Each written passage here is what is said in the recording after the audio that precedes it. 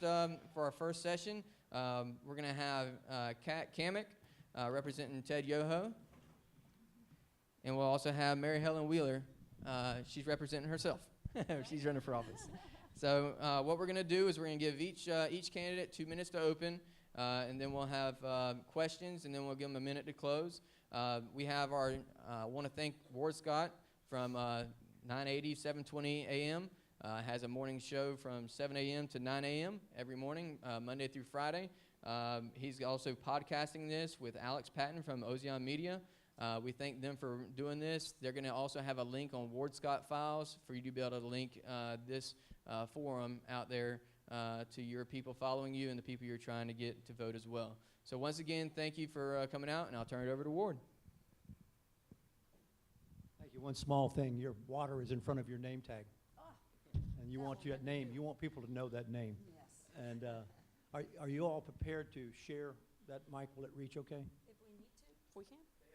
They have 2 mics? Okay, I got you. All right.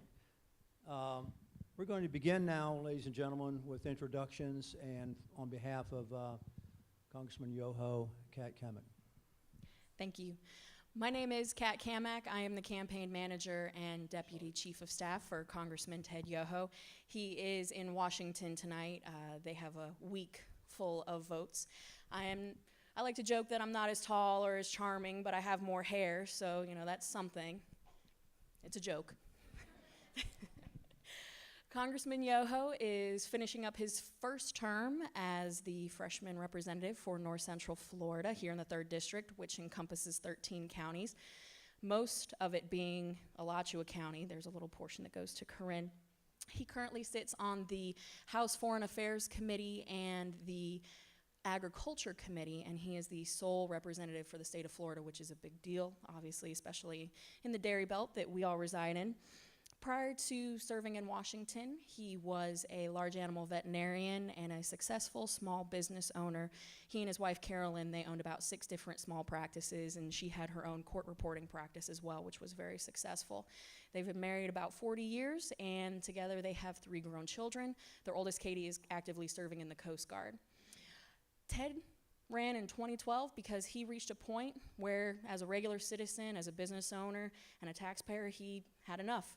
He had enough of the rules, the regulations, and the overreach of the federal government, and that's when he stepped up to the plate and said he wasn't going to sit on the sidelines anymore. In his nearly 2 years in Washington, he's proven to be an effective leader. He has co-chaired the Regulatory Reform Caucus in Washington and has been one of 7 in the country to pass a bill bipartisanly, which has been signed by the president.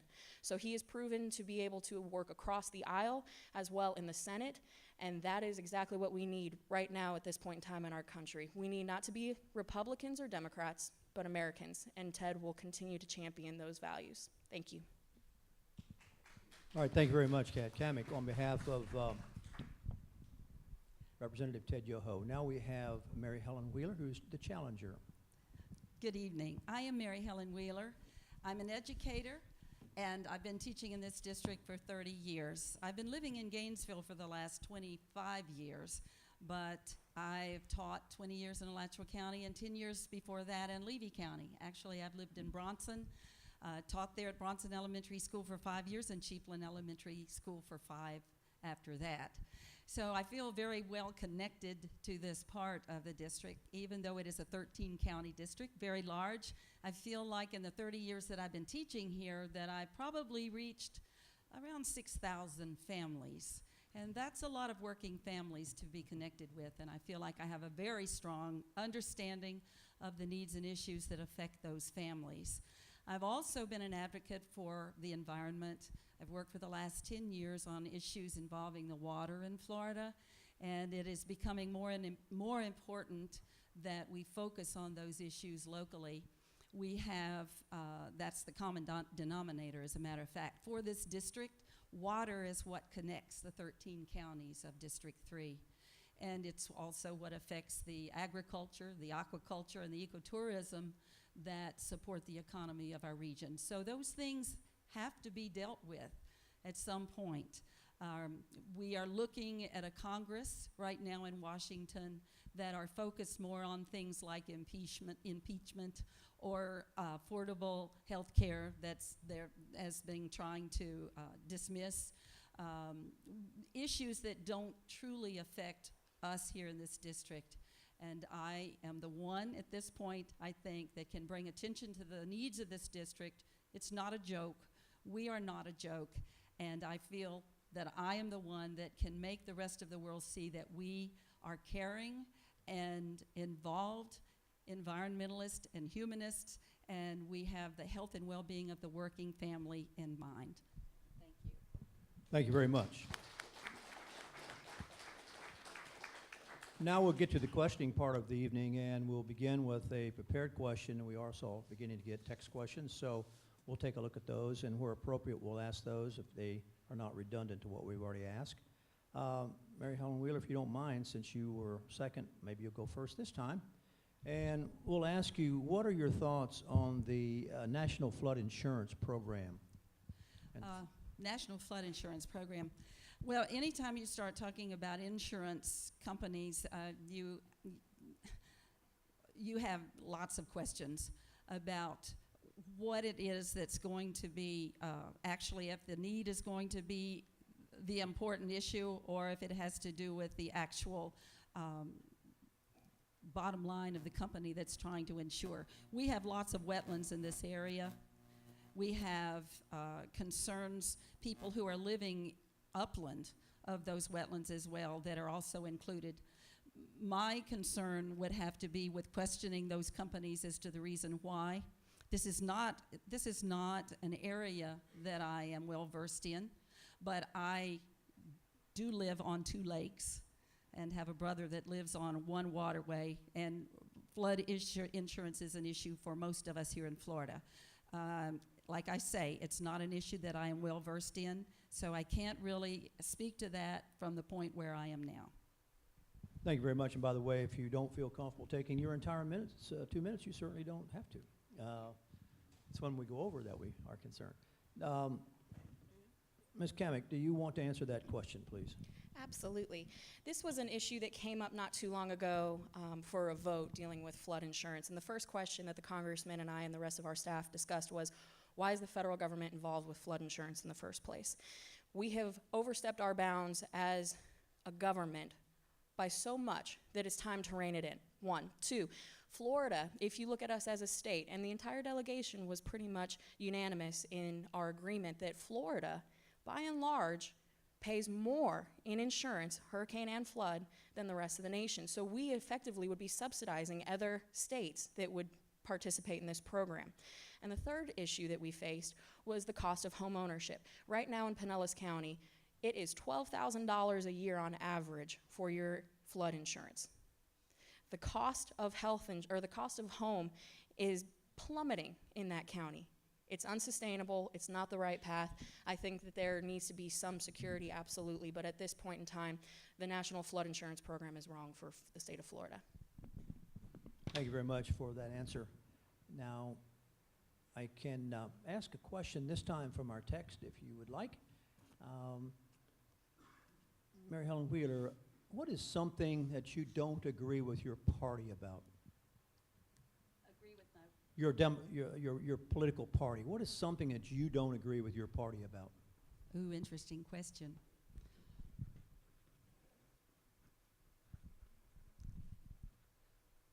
One of the things that I have a problem with in this election is the fact that we've got Democrats and Republicans who have the same concerns about the health and well-being of their community, but because they are partisan, Democrat and Republican, then people tend to take sides just based on the D or the R.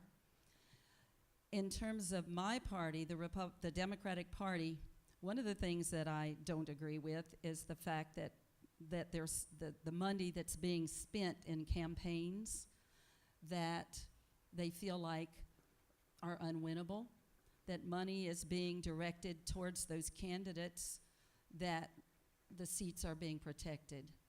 So people like me, and there are several other candidates that are coming on board as Democrats, are not being supported by the party because they feel like those seats are not winnable. And in my sense of being in all of this, everybody should run. Everybody should have one opportunity to run for public office somewhere. And if they are running as a Democrat or a Republican, they should be able to count on the party to support that run. In our instance, we feel like that we've got an excellent chance in this race, and we need to be supported. If we are going to say indeed that we are Democrats, then we should have the backing of the party. Thank you for that answer. Ms. Kemick, would you like to address that same question? Absolutely. I wouldn't point to one value or one issue in particular that the congressman does not agree with the Republican Party on. I would point to some key examples. For example, August of last year, we were coming off of a recess, and the President, the Secretary of State, Republican leadership, Senate leadership, they were all prepared without congressional consent to move forward with military action in Syria. There were members from all over the nation, and I remember this vividly because there were very long hours on the phone spent with members across the country talking about it's not the choice for unilateral action. It's not the best thing for America to act unilaterally. We need to have a consensus. We need to have a discussion. And Congressman Yoho stood up very firmly, wrote a letter to the President of the United States and to Speaker Boehner, and disagreed with their decision to move forward in Syria. 98% of the thousands of phone calls that we received in our office all said, do not go into Syria. And because people, regular people like you and me, we stood up and said no, they were forced to listen. That is an example where challenging leadership, and I think it's very well known in this room, Congressman Yoho's first vote in Washington was against the Speaker. That doesn't mean that they have to disagree on every issue. Right now, the key issue is disagreeing with key decisions made in leadership. Again, right now, this is not a time to do what's best for the Republican Party or the Democratic Party. It's time to do what's best for America, and that is exactly what each decision that the congressman makes, that is what he has in mind, what's best for America, not a party. And sometimes there's a little bit of a differing opinion there. So that's where I'd say he differs. Thank you very much. And if you would allow me, I will come back to you this time, in fairness, to allow you to answer this question first this time. It's a prepared question. It has to do with municipal bonds. The question is, municipal bonds remain a threat from Congress. What can we do to avoid being taxed again? Municipal bonds.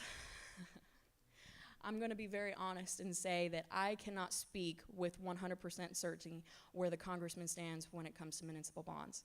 As far as federal funding and how federal funding impacts local cities like the town of Archer or Hawthorne or Alachua, whatever the taxpayers in that city can do, they should do. Absolutely, there is a place for federal funding, but again, without knowing specifics, I can't speak to the congressman's position. Thank you very much for your candor. Mary Helen Wheeler, would you like to take a stab at that? I would have to say the same. I would have to say the same. In terms of how municipal bonds are doled out, I feel like that the local communities as well should take the initiative in terms of what needs to be done. But I do know that it is the federal government's job to fill in the gaps when the local communities can't handle what it is they need to make sure that the health and well-being of that community is maintained. Thank you very much for your answer. We have another question here that perhaps is a little bit closer and near and dear to some of the things you may have already been preparing to talk about. If we might come back to you again, Kat Kamick, please. The Affordable Care Act has had issues, to say the least. How will you work with to prepare some of the problems with the Affordable Care Act? What was the last part of that question, sir? How can you work on some of the problems to repair some of the problems with the Affordable Care Act? That is a wonderful question, and one that is very dear to my boss's heart. It was actually just released today that 360,000 people will be kicked off of Obamacare in the coming weeks if they cannot provide the proper income verification that is required under this program. Now, all we remember several months ago was certain parts of this bill not being enforced, the employer mandate or the individual mandate being pushed back, but not the individual mandate. We're going to keep that in place. This has been a train wreck, to say the least. There are two great replacements coming out of the Republican Study Caucus, 3121 and HR 2300. They are affordable, real reform. These, I'll be very candid, I don't think there's any salvaging the Affordable Care Act. It has been a train wreck from its inception as a tax in the Senate to its execution, and at this point in time, I don't think that there's any saving it. However, there is no doubt, even before the Affordable Care Act, that health care reform was needed. How we went about it was wrong. We need to make sure that states open up their borders so that there's competition between insurance plans. We absolutely need tort reform. Malpractice needs to be capped. There are so many things that we can be doing, and all of the Republican alternatives include coverage for pre-existing conditions, keeping students and children on their parents' health insurance until 26. These are key things that are important when it comes to healthcare reform, but as we're seeing, the implementation is showing that more people are losing their health insurance under the ACA, also known as Obamacare, than they are before. We absolutely need to replace it with either of the Republican replacements. Thank you very much for your answer. Mary Helen Weeder, would you like to address that question? Yes, I'm looking forward to what Dr. Yoho and his group have to replace this with, because the Affordable Care Act is something that's desperately needed in this country, and I disagree. I think one of the reasons that it got off to such a bumpy start is because there was too much compromise from the beginning. Republicans and Democrats kept playing it as a football back and forth, and to the point where the act had to pass. We had to get it started. You've got to start somewhere. There are a lot of us who would like to see the single payer in place, but because this wasn't an issue for us to just tackle and jump right in there, we had to start this way. And it can be fixed and it can be changed. There are holes in it, the donut hole, people that fall through that, but it can be fixed, and we have to make sure that the attention is given to it rather than having our Congress work so hard to destroy it. They need to accept the fact that there are people out there who are enjoying the benefits of that act right now. We need to work harder and faster in order to make sure that this is repaired to the point where we can all enjoy affordable health care. The government has to jump in. When corporate greed takes precedent over human need, this is what we're watching with the insurance agencies, with the healthcare services that are out there right now.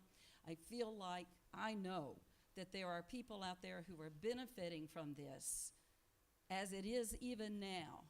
People who've never been insured before in their lives are enjoying insurance for the first time, and it can only get better, but we've got to work hand in hand across partisan lines to make sure that our most vulnerable people have the insurance and the health care they need. As an older person, me, getting to the point where I'm going to need more care, I have to stop. Thank you. Thank you very much for that answer. I'll come back to you again, since we're trying, you're only two of you, and we try to make it fair and one person take the question first and that sort of thing. This is obviously on the minds of a lot of people, and after this question, we'll take a text-in question, but if you're elected, what can you do to address the ever-increasing federal debt? It's a big issue, isn't it? Yeah, the federal debt. We've got a lot of wealth in this country. We just have to, make sure that it is being used in a way that makes sure our country is coming out of this debt. Now that's rambling, and I'm sorry, because I'm thinking. I'm watching a lot of wealth that's being transferred overseas. We're looking at a corporate world that has taken precedent, again, over the common good, the welfare and the health and well-being of local communities, the environment, and the working family. And this is where the federal government, the Republicans and Dr. Yoho says we need less and less federal government. I disagree, because we are finding that the influence of the corporate world is infringing more and more on our welfare. And that's where the government is going to be our protector. Now, I'm not all for government interference into everything, but when it comes to taking on the corporations of this world, I feel like that this is what we're looking at. Loopholes need to be changed. If we need to bring corporations home, then let's lower the tax rate. Let's get those businesses back here where they can put our people to work and pay our people so that we can support the economy that we want to enjoy. We've got to narrow that gap, that earning gap. We've got to raise the minimum wage so money can be poured back into the economy. We've got to make sure that that money that's going into the economy is kept locally, and that the social services that have been used for so long to support our families are no longer needed. So we've got to pour more money and time and energy into our working families. Thank you. Thank you very much. Kat Kamick, would you like to address that question? Absolutely. In September of 2011, Congressman Yoho's campaign was just getting geared up to go, and the national debt was $15.4 trillion at that point. Today it stands at about $17.5 trillion. Now, if you think about exactly what that means, that's $60,000, give or take, per man, woman, and child in the United States. What could you do with $60,000? Maybe down payment on a house, pay off a nice new truck, your kids' college tuition. Whatever it is that $60,000 means to you, you no longer have, because the government has taken that choice away from you. They have effectively taken away your choice, your right to choose what you do with your money. Now, if you look at how we got in this mess, we have, envision this pie graph. 25% of all of our federal spending is discretionary. 75% of our budget is mandatory. Within that 25% of discretionary is our military. How, when the federal government's first and biggest charge is to protect its citizens, does not make military spending mandatory, we're in trouble. And you can only hack away at that 25% of that budget for so long. So what we need to do is we need to sit down and have an adult conversation about real reform. Those programs that are mandatory spending include Social Security. We absolutely need to protect it. We need to make sure that it's here for those who have been paying into it their entire lives. At the rate we're going, it's not sustainable. So again, I disagree, and I know the congressman disagrees with Ms. Wheeler about raising the minimum wage. Raising the minimum wage is not the answer. In fact, it would hurt the economy. And I've got a stop sign. Thank you very much. And we are going to probably ask a question or two more. Amazingly enough, we're approaching the 30-minute complete time for each particular segment of the forum. So we are going to take a text-in question, and thank you, by the way, for texting these questions to us. There obviously are more than we can cover in the time we have. Kat, we'll maybe start out with you, since we started out with Mary Helen a moment ago. The minimum wage law is being discussed quite a lot. Do you have any comments on the minimum wage law on behalf of Representative Yoho? Absolutely. There's been a lot of discussion, and obviously recently in the news, you see fast food workers going on strike demanding $15 an hour wages. I don't think anybody in this room, whether you are independent, Green Party, constitutionalist, Republican, Democrat, I don't think anybody in this room is against a person providing for their family and earning a livable wage. I don't think that's up for discussion. However, think about when you go to McDonald's, that person that's making the minimum wage, that goes into their operations budget.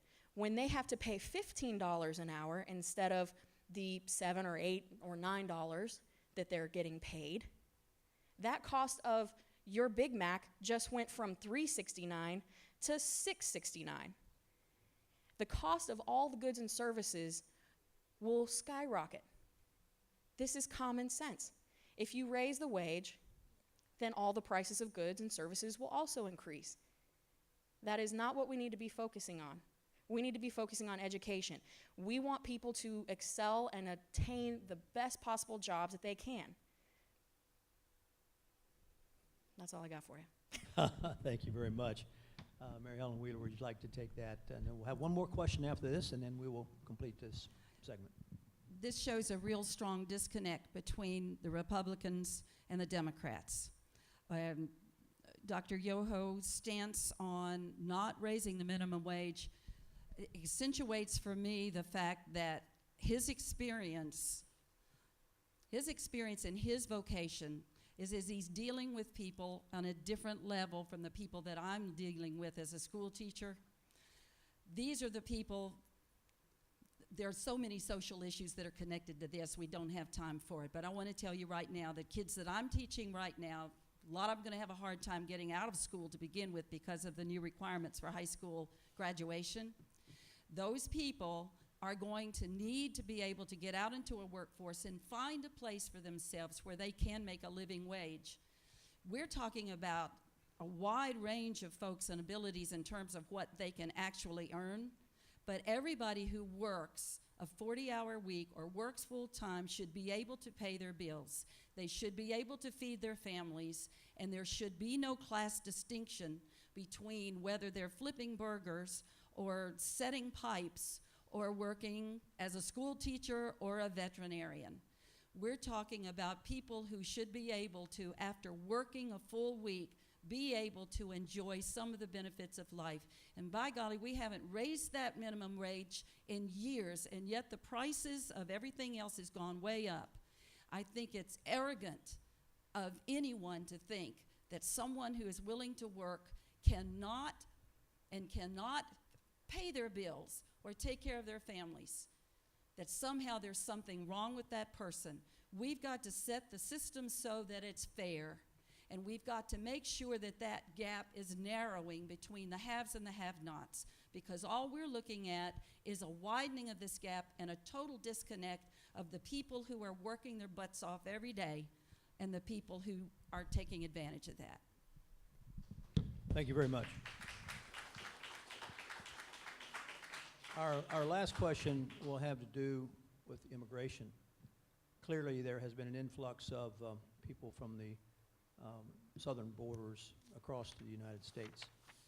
How does, and perhaps Ms. Kamek, you take this one first, how would Senator Yoho address this problem, since it really hasn't been addressed yet?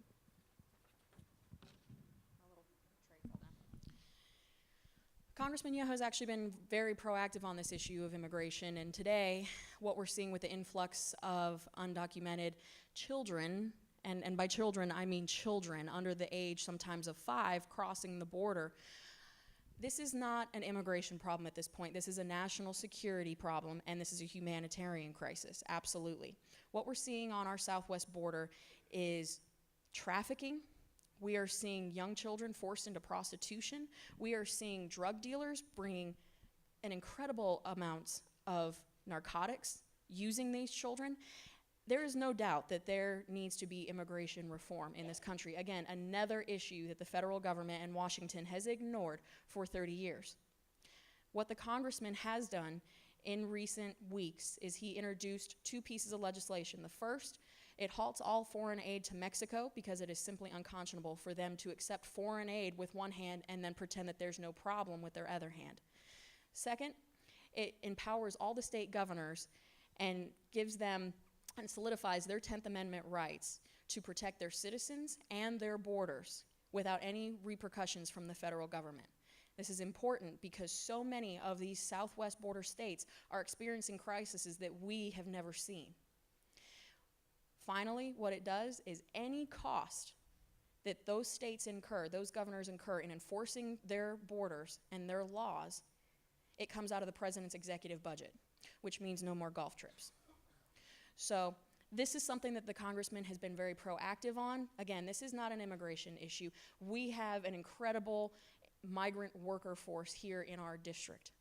And it's very important that we address these issues so we can make sure that we have a solid and reliable workforce here that is well taken care of. But again, it starts with border security. That is the #1 charge of the United States government, and the Congressman sees immigration as a national security issue right now. Thank you. Thank you very much. Mary Helen Wheeler, please. Yes, please. I've been working with Dr. Yoho, that's how I know Kat, for the last year and a half on this issue. It's something I know pretty well. And I've been working with various groups in the area who have been trying to get Dr. Yoho to move in a way that would make sure that the industry that depends on these migrant workers are protected, and at the same time protecting these families. It is a human rights issue. We have been so focused on Syria and what's going on in the Middle East and the refugee issues that we have there, we don't even realize that we have 11 million refugees in our own country that need to be protected and cared for.